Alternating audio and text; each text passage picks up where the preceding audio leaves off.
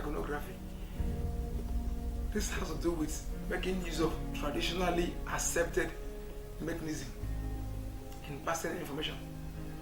In summary, it deals with those traditionally accepted concepts, those modes, those instruments, those icons, whatever name you give them, that our people use locally here to give out information. They are characterized into features such as this. We have the system is authoritative. For instance, if the Nyenwali of a particular community wants to assemble his subjects, he tells the man we call a town crier, who goes out with his metal gong or wooden gong, to announce to the entire village. You see the person gong gong gong gong gong gong gong gong gong gong. Every person listen and they sing good. By this time tomorrow, the Nyenwali of social community wants to see all of you.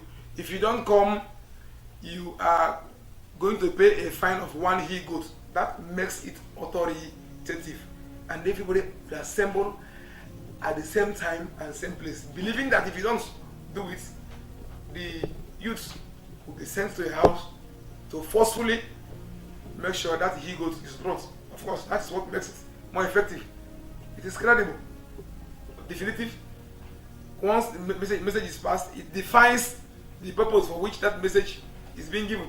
They will tell you there are people who are coming from there are government officials who are coming for immunization, they are coming for health talks, they are doing this, they are doing that.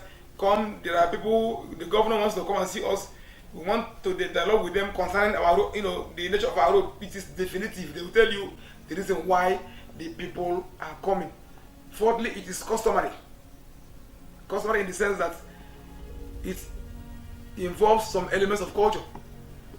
The man who is going, you see the man on his bicycle with a very long chewing stick. As he goes and chews his chewing stick, people are coming. Okay, what's happening? With his bicycle, he tries to navigate. The bicycle makes it easier for him to navigate and make sure he goes around and assembles every person. That is what makes it cultural. It is time bound and time honored. Their 10 o'clock is their 10 o'clock. Their 9 a.m. is their 9 a.m. Unlike we Africans who have now come up with what they call African time. Africans have no time. The time we have here is universal. Time here is time everywhere, except for the difference in the zones and all that. But once they tell you the meeting is for 2 o'clock, by 2 o'clock you see every person assembled at the Nyenwali's palace and the meeting starts. It is transactional. Transactional because when you come, everybody is allowed to say something. You bring your opinions, I bring my opinions, they merge them together and then they come up with whatever it is. It is integrative. Everybody, men, women, the youths, everybody has a role to play. As you come, they will integrate you, tell you your own areas. The youths, you go and get chairs. The women, you will cook. The men, you will go and then make sure everybody is seated. The Nyenwali will come in partnership with his council of chiefs and elders. So by the time everybody is gathered, the people come now. Once they come, they will gather together and then they will make sure that the purpose for which they are gathered is achieved. That is what makes it integrative. It is low cost. It doesn't cost money.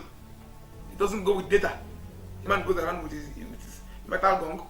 The metal gong does not break. It's not missing. You can use one metal gong for 300 years. It is still there. If the metal gong wears away, they buy another one. And it is predominantly found in the rural areas where they use them to break the barrier of illiteracy. They have cultural variance and they are people oriented. So these things work in line with the people. The people understand them. The moment that message is given, they don't need any person to come and give them any interpretation. Once it is time and this information, or the pieces of information are given, then we also have the instruments that are involved in this traditional communication. It's started on them, such as the metal gong. Like I told you, assuming this is a gong, this is the metal gong. Everybody hears it. Wherever you are, you must hear. So once you hit on it, it produces a sound.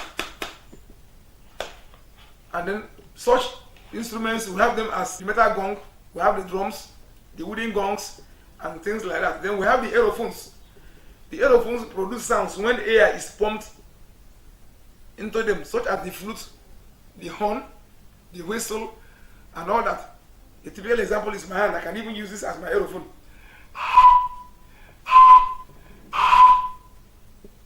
I have a friend in the community. Anytime I blow it, he hears, and then he also does his own.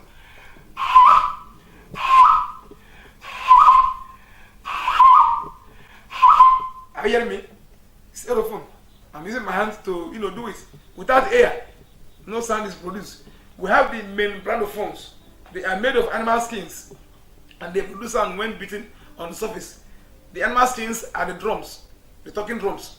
You see the local drummers, with their drums. Some of them hang them on the deck.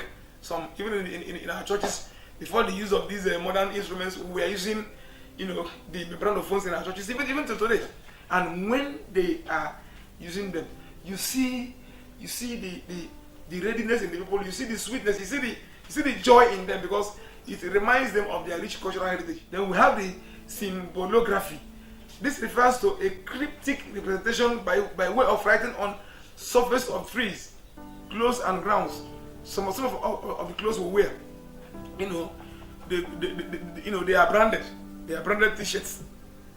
For instance, you see, for the politicians, you see Wikimatics, Wiki 2000, Buhari 2013, Asiwaju. Some of them write them on trees, tree surfaces, and all that. Then we have group 2, demonstrative modes.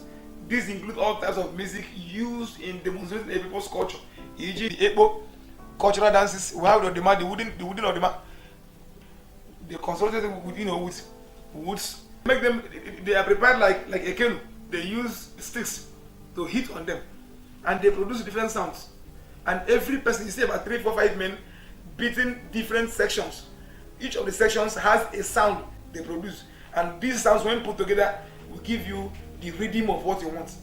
If you go to our local villages, you see them. Then we have the iconic mode, which involves the use of icons to demonstrate or pass information in a given society. In this one, we have what we call objectified modes, such as the palm fronds, the charcoal, the cola, the white clay, and all that. If you go to some churches, you see palm fronds. They use them to decorate the churches. In some areas too, if anywhere you see palm frond, it means danger. If you see a vehicle with palm frond, it means that vehicle is carrying dead body.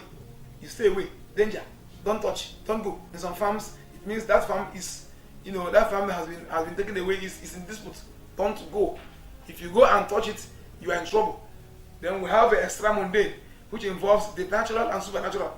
It involves a spiritual form, such as the libation, incantations, rituals, visions, prayers, extempo prayers.